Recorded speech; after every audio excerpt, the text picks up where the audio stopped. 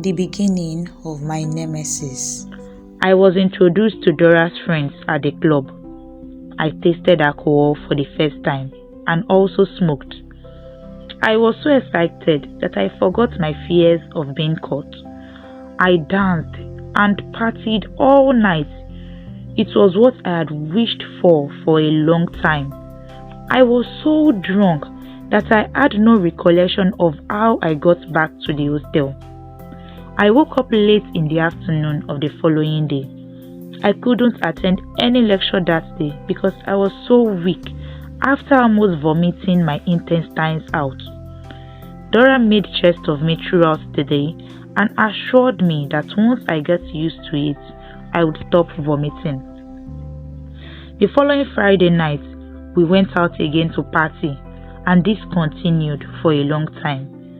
I didn't realize how many lectures I had missed till my head of department called me to her office one afternoon after class. She said, "I have been hearing of your absence from classes these days. I want to believe all is well with you." I bowed my head in silence, and she continued, "I hope you are aware that examinations will start next week." I was shocked because I had no idea that the timetable for examination was out already. I pretended to be aware and assured her that I was prepared. I got back to the hotel that day and started studying hard for the examination. I tried really hard to resist the temptations of following Dora to our night parties, but the sacrifice was worth it as I aced my exams again with straight A's. Dora kept on hailing me when the results came out. Sometimes she would jokingly call me bookworm. I returned to my party girl lifestyle after the results came out. Before going home for the long vacation, Dora and I planned to move out of the school hostel and rent an apartment off campus. All I had to do then was to make up a convincing lie to persuade my parents. While at home, I missed Dora and our parties, but I pretended to be fine. My mother noticed a change in me, but couldn't point at what it was exactly because my disguise was so perfect. I told my parents of my wish to leave the school hostel 2 weeks before resumption. This further fueled my mother's suspicion and asked, "Why do you want to leave the school hostel? It is the safest place for you to be and most conducive for learning, as it is closer to the library. Moreover, you are still a young girl. You cannot live alone." I wanted to answer her that I wasn't a young girl anymore, but I remembered Dora's warning of never mentioning that to my parents, no matter what. So I answered her calmly, "The water is not good at all. My skin itches all the time. Things are also expensive in the hostel, and my roommates are so noisy. I have reported them several times and requested for room change, but the authorities ignored my petitions." I sounded so convincing that my parents agreed and granted my request. The apartment that Dora and I got was an expensive one, located in the heart of the city and a bit far from school. One of our sugar daddies had paid the rent before resumption. All we had to do was to move in with our belongings. It was now easier to go out without bribing anyone. Most times, we slept at our friends' houses. I was so carried away that I attended lectures once a week because there was always an occasion to grace every day. And if we didn't have anywhere to go, we simply stayed at home drinking and entertaining our sugar daddies. Before the end of the first semester in 200 level, I was gifted a brand new car, which I carried to school to show off to my classmates. I was no longer the quiet and brilliant Omolewa. I was now known as Bella. The results of that semester came out, and I struggled to have B in one course while I had C's and D's in the rest. Dora also had a few C's and lots of F's, and we made jest of each other. You would say, "School na scam." We were the hottest girls, both in school and out of school. I was now a social media baddie with thousands of followers. My head of department and course advisor reached out to me several times, but I didn't answer any of their calls. Neither did I visit them in their offices. There was no club in town that I hadn't visited. Bella was the name on every hype man lips. By the end of the second semester in 200 level, I had stopped going to school and I didn't bother myself writing the exams. Somehow, news got to my parents about my flamboyant lifestyle in school, so they decided to pay me a visit. As a sharp girl that I was, I quickly planned with one of my friends and rented a little apartment for 2 days as disguise.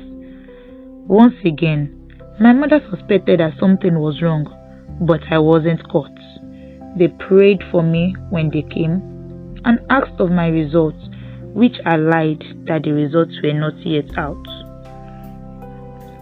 The night I will never forget in my life was the night we attended a house party thrown by a billionaire in another state. We received an invitation to this party 2 weeks earlier through a friend named Cynthia, who was also a socialite. Cynthia had come to town that day and decided to spend the night with us. We were browsing through the social media when she asked, "Have you girls heard of that billionaire all-white party?" Dora answered, "No, we haven't heard of such party. Are we invited?" Cynthia answered with a smile and said, "Of course, you are invited." She brought out 2 invitation cards and handed them to us. I was so happy because I knew we had hit a huge jackpot. We started preparing for the party and bought expensive clothing and accessories because it was an elite party. We traveled to the States 2 days prior to the party and lodged in a 5-star hotel alongside Cynthia and 2 other girls. We were excited when a limousine arrived at the hotel we were lodged in to carry us to the party venue. To our surprise, it was an indoor party in a big mansion located outside the city, but we weren't bothered as we were promised to be gifted millions of dollars just for partying. I felt an air of uneasiness as I stepped out of the vehicle. The atmosphere was strange. I panicked a little. I slowly walked behind the 4 girls as we were led into the house. There were only 5 men in the sitting room when we entered, and they were dressed in all white. The man that led us inside shut the door behind him as he left the sitting room, and I heard the door lock, but I told myself that I was only imagining things. We were led into another sitting room by these men. The room was darker and had only 1 red bulb, providing barely enough light to see clearly. We were offered drinks and everyone drank, talked and laughed. But one thing inside of me told me not to drink the wine. So I pretended to sip my wine while engaging in the conversation. An hour later, the men excused themselves and left us in the dark room. Then the girls started to fall asleep, but I wasn't feeling sleepy at all. The men came back to the room muttering strange words. I quickly pretended to be asleep and I felt someone carry me. I opened my eyes a little and saw the other men carrying the other girls. The men were no longer wearing white. They each had a red wrapper tied to their waist. I started praying in my heart. We were carried to a strange room filled with scary looking figurines and calabash. I figured that it was a shrine. They dropped us in the shrine and left once again. I stood up immediately and tried waking Dora, but she was fast asleep. I removed my heels and tiptoed out of the room. Then I heard the men's footsteps coming towards my direction, so I hid myself behind a curtain. They realized that I had escaped upon entering the shrine and immediately called their servants to look for me.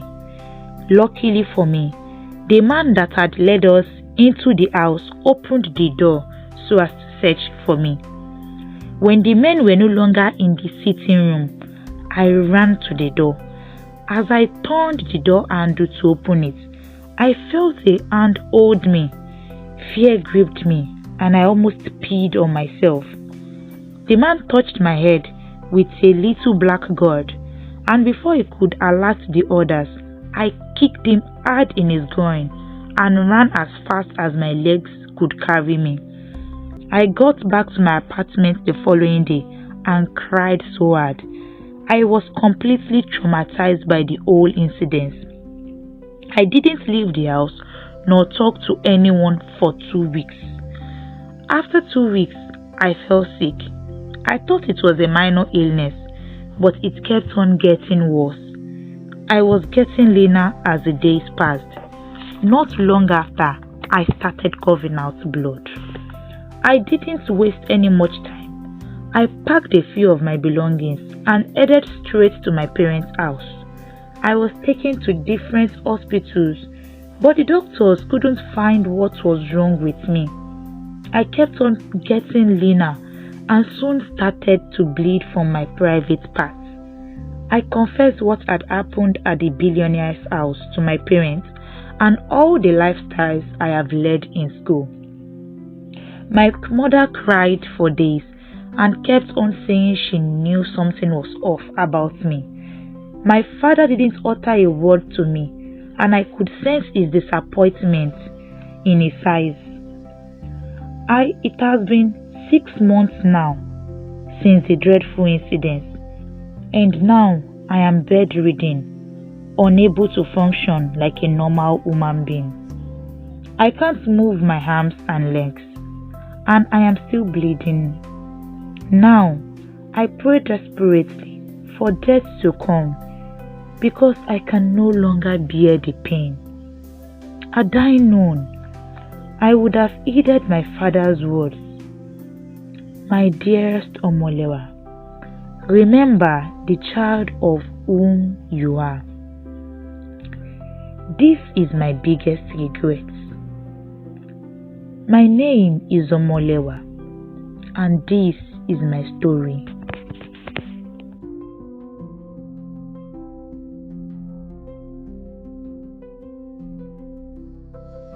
Did you enjoy the story? Kindly leave your thoughts in the comment section. Hit the like button and subscribe to the channel for more African stories. Thank you.